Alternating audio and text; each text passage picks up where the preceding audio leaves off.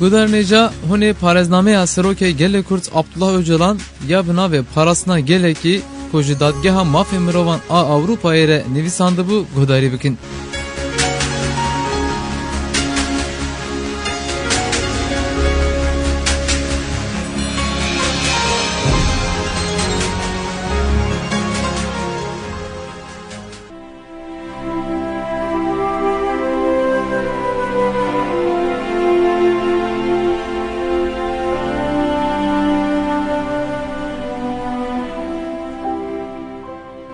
Politika Kurd a Yavuz Selim ev tehluke dabu aliyeki.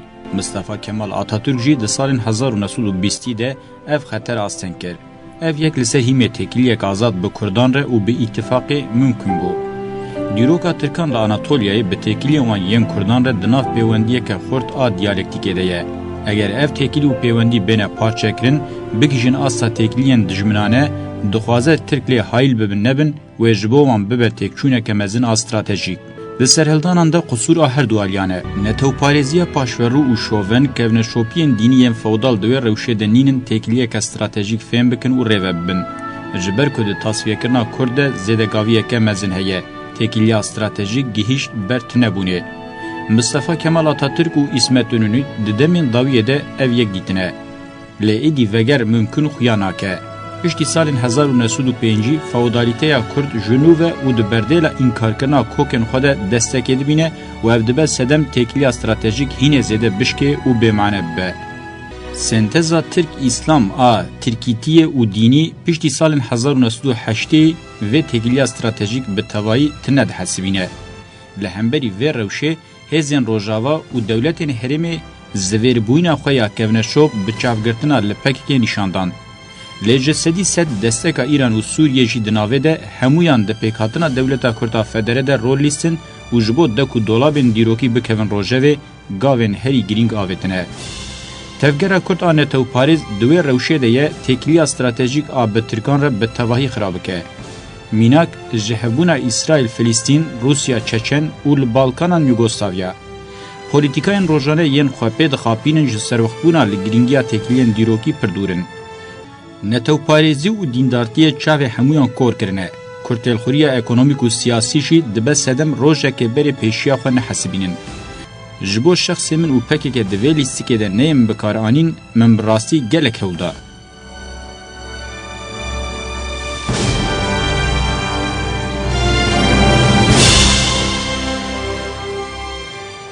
Di dema pêşme de wê bûyerên di çarçoveya projeya Rojhilata Navîna mezin de bilez bibin. Hine zelal nebûye, Tirkiye di vê projeyê de hedefe yan jî hevpare. Xwedê giravî hevparê herî xurtê projeyê ye. Di salên 1990 de jî pir behsa hevpariya stratejîk dihat kirin. Divê ku encaman hin tişîn kiribin. Çi Tirkiye bibe hedef û çi bibe hevpar wê ji sedî sed nikaribe weke berê statûkuyê dewam bike. Di statûkuyê de israr tê maneya Iraqeke duyemîn û Yugoslavyayê. Ji xwe Iraq û Yugoslavyayê gelek mav ji netewên xwe re nas dikirin. Qalibên şovenên Tirkiye ji hemûyan bihêstir. Gel bi salan bi van qalibên şoven hatin xwedî kirin. Wexta dewam bikin wê naçar bişkin. Ji xwe ji bo vê rastiyê nîşan bide şerê bi PKK re têrê kiriye. Saziyên Kurd û Tirk wê têkiliya stratejîka dîrokî parça parça bikin. Li gorî min ev plan piştî salên 1905 bi zanebûn hatine pêştebirin. Berê netewparêziya Tirk bi faşîzm û dîn hat sorkirin. Ev sorkirin bi destê derve têkirin. Dîsa beriya şerê cihanê yekemîn, pan-Tirkîtî û pan-İslamtî bi destê derve hatibûn sorkirin. Yê ev rastiya herî başlîd Mustafa Kemal Paşa bû. Ev her du ekolên îdeolojîk asten kirine ber bi welatparêziyeke li azadiyê vekirî gav avêtiye.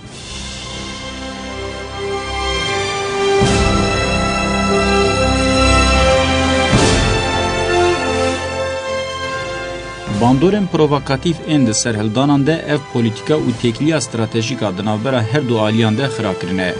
Netewparêziya zêde ya bawer kiriya wê Kurd ji holê rabike ya rastîn pê hatiye xapandin û ketiye xefikê. Yekî mîna Ziya Gulkap ku bavê netewparêziyê ye wiha gotiye. Tirk bêyî Kurd, Kurd bêyî Tirk nikare bike.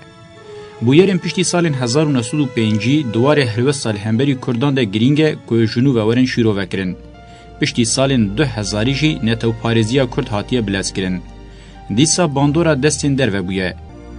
Tevî hemû qusûrên xwe PKK ji bo gelên herêmî û helwestên xwe yên internasyonalîst di xirakirina vê lîstikê de hêmana herî bi tesîr bûye.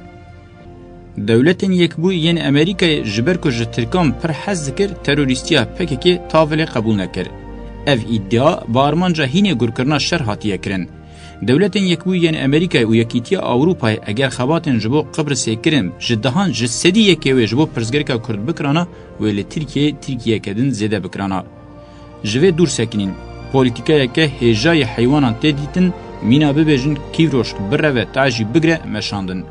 Derdorên siyasî û aborî yên di nav kurtêlan de xeniqîn jî pir bi dijwarî xwe bi vê polîtîkayê ve şidandin. Noxteya Tirkiye pê gihîştê sînorê têkçûnê ye.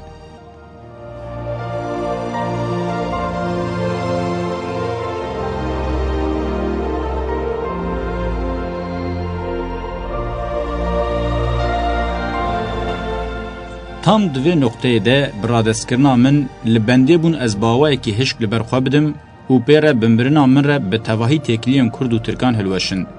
Benên tevgera Kurd wê di yek destî de bahata kom kirin. Ji vir û pêve wê çi bibe? Em îro hînê baştir dibînin û texmîn dikin. Dewletên Yekbûyî yên Amerîkayê û Yekîtiya Ewropayê çi qas niyeta wan baş e jî wê tica ji destekdayîna xwe ya netewparêziya Kurd daneketana. İsrail rojhilata navîn ji sedî sed hewceyî netewparêziya Kurd e. Rojava bêyî netewparêziya Kurd nikare giraniya Ereb, İran û Tirk bikişîne noqteya dixwaze. PKK bi awayekî bikar aniye ji bo her du aliyan jî bûye dafik û xefik. Yani di polîtîka Kîvroşk bireve tacî zed bike de her du alî jî winda dikin. Piştî 1925 jî wisa bûye. Piştî salên 2000 ji ber ku netewparêziya Kurd wê bibe xwediyê teknolojiya hemdem li dij wê sekinandinê zehmet be. Belkî her du alî jî bawekî stratejîk bi ser nekevin. Lê ji sedî sed wê pir zêde wenda bikin. Weke her tim wê di dawiyê de hêzên emperyalê bi ser bikevin. Di gihîştina vê qonaxê de beqasî netewparêziya Kurd, înkarkirina Kurd û desteserkirina mafan jî berpirsiyar e. Komara Tirkiye heftê û pênc salî pirsgirêka Kurd bê çareserî hiş çi bidestxist. Ji xwe divê serdema teknolojîk de bêhêlin serketina wê her roja diçe rê li ber şerê Kurd û Tirk vedike ku ji bo vê nebîne divê kor be. Pişta xwe bi hêza eskerî ve girê dide, lê encamên hezîn êm piştrastiya bi hêza eskerî li Yekîtiya Sovyetê û Iraqê hatin dîtin. Ji niha ve xuya dike seferberiyên ber bi Kurdistanê têne maneya krîzên aborî. Eger pirsgirêka Kurd were dirêjkirin, ji rewşa şer neyê derxistin û muhtemel pêvajoyeke nû ya şer were dest pêkirin wê yek ji stûnên bingehîn a stratejîka Tirkan hezar sal de jîn hilweşîne. Ez dubare dikim, ji bo mirov vêyekê nebîne, divê yan bi welatê xwe re xayîn be, yan jî dijminê gel be.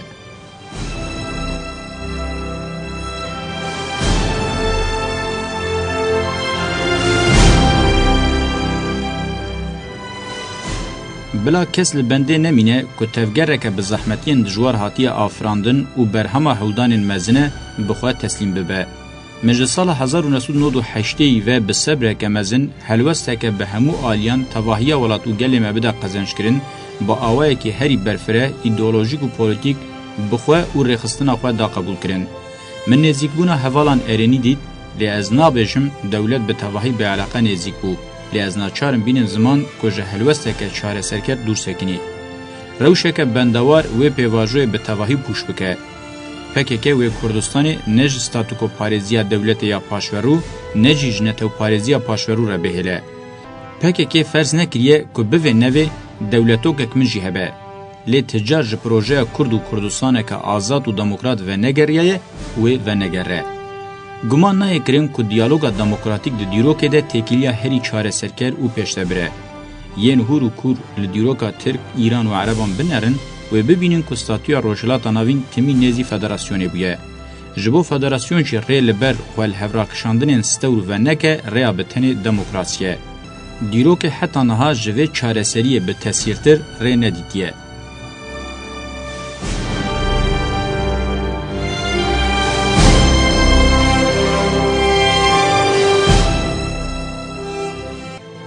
Bigiştî hemû Kurd bi taybetî jî pêngava PKK ya li herêmê ji bo neyê tevdan nav lîstikê nû û ji bo nekeve nav rewşên tehlûke rola herî baş Tirkiye dikare bilîze. یا لگوری دیروکاوی و نمازه لگوری کوکن استراتژیک ام به کردان را رولا هری باجی اوه کبلیزه. جهول راکرنا کردان د دیروک ده نممکنه نجیوه بکیرا ترکان وره. برو واجی گرینگیا گریدانا وان آب بهو نای گفتگو کرن. پشتی و نقطه راوستین رزین و زمینه کی محتمل ایجبو لحفکرینه هبجی و وره معنی هینه دجنره بوینه. اگر دیالوگا دموکراتیک نبه و ترجیح کردان پنگاوا مزنا دموکراتیک به. بر او روچونا شر و حلوستین آلیان و حلوستین دردورن درو دیار بکن.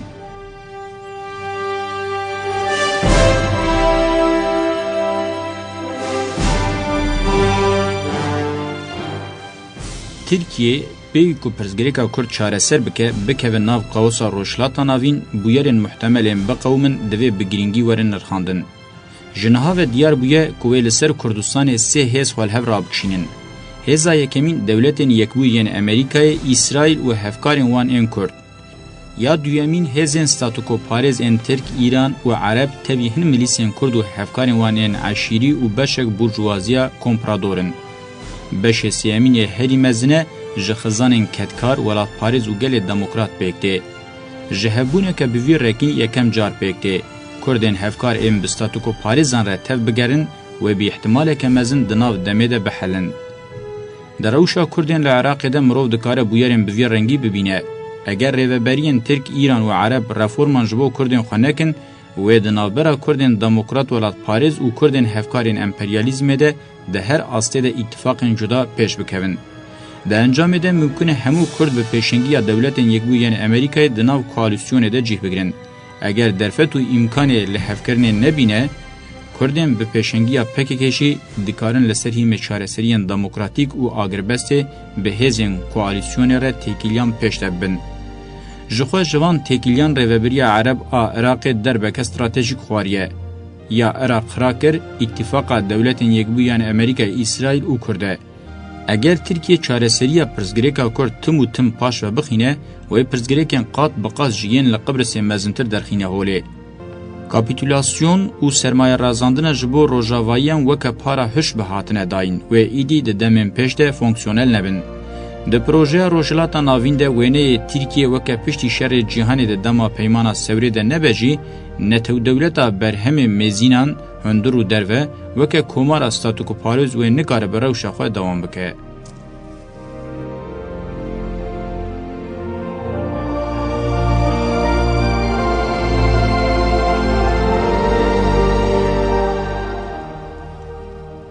Türkiye ji sedî sed di pêvajoya bihur û derbasbûnekê de ye. Ji kaosê wê çawa derkeve bi texmînkirina rewşa nû ve têkildar e.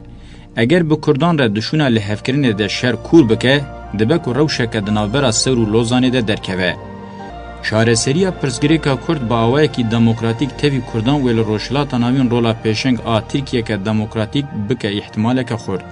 Naxwe wê tayê stratejîkê dîrokî bi tevahî qut bibe û tehlûke heye Tirkiye di Anatolya navîn de tengav bibe. Bûyerên bi vî rengî di demakin navîn û dirêj de wê canan hêdîka canan bilez timî hebin. Eger li hevkirina Kurdan a di dema şerê cihanê yekemîn de li ser hîmekî demokratîk were nû kirin wê weke aliyê herî xwe tevî Kurdan ji kaosa rojhilata navîn derbikevin. Naxwe duyemîn Kurdistana İsraîlê xwe ferz bike.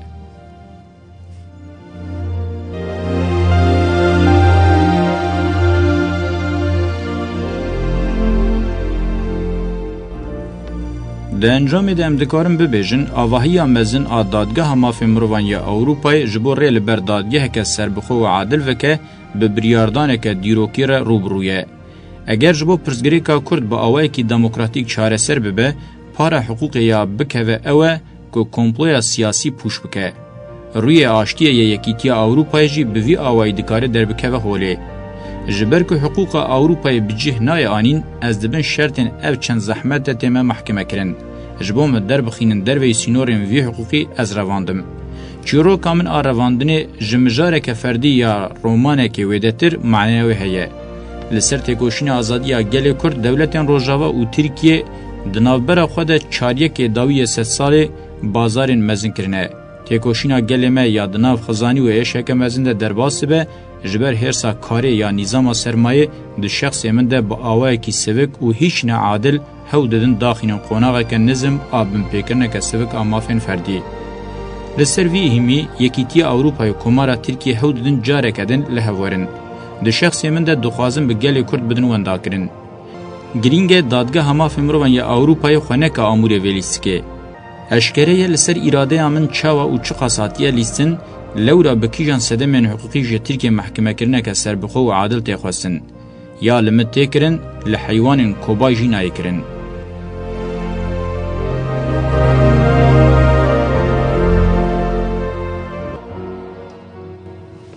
جالی هر کسی و باش تزانین لترکیه نماز محکمه کرنین کردان به فرمان ججور و تنمشاندن. سازیا دادگریه لسر وان سازی ناوند فاشیسته. لروی وی آلیه کردان بقاسه سر درزیه جی تایبتیه که حقوق خیاناکه.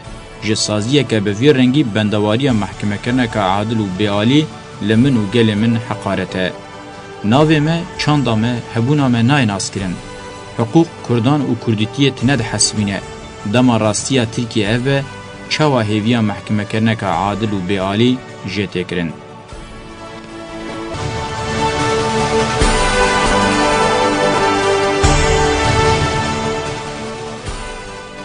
از لگوری حقوقا ناونتوی زرد نکرم.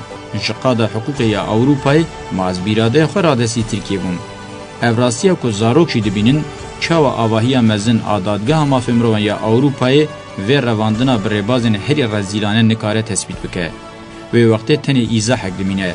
ده شر آسیمتریک ده که جو 20 سالان زیده تر لسر گل کرده مشاندن دادگاه مافمروان یا اوروپای جی ده بردیلا سیستمی ده جکارا در دورن سرمایه جی ترکیه کرنه دینه خود ده. یا پیشیا محکمه کرنه که عادل و بیالی دگره بریار آواهی یکمین دادگاه مافمروان یا اوروپایه. آواهی مزن دادگاه مافمروان یا اوروپایه بخرا کرنا و بریاره دوی پیدویم پیمان مافمروان اوروپایه بجیح بینه. و وقتی با آواهی که راستین و ریل بر محکمه کرنه که عادل و بیالی و به.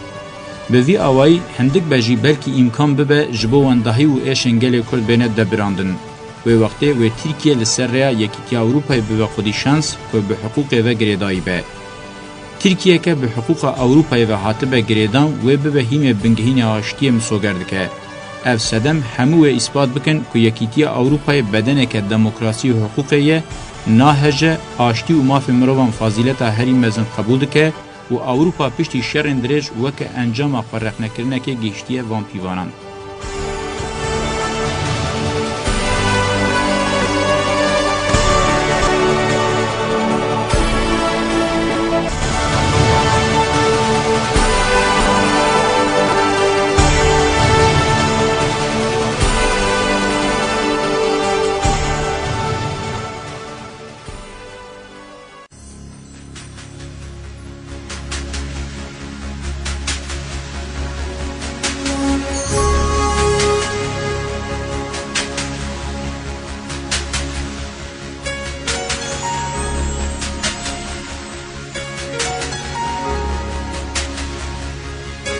بلی و پارزنامه اوجالان یا بنا و پاراسنا گله کی گداری کر حتی بشکدن دنباش.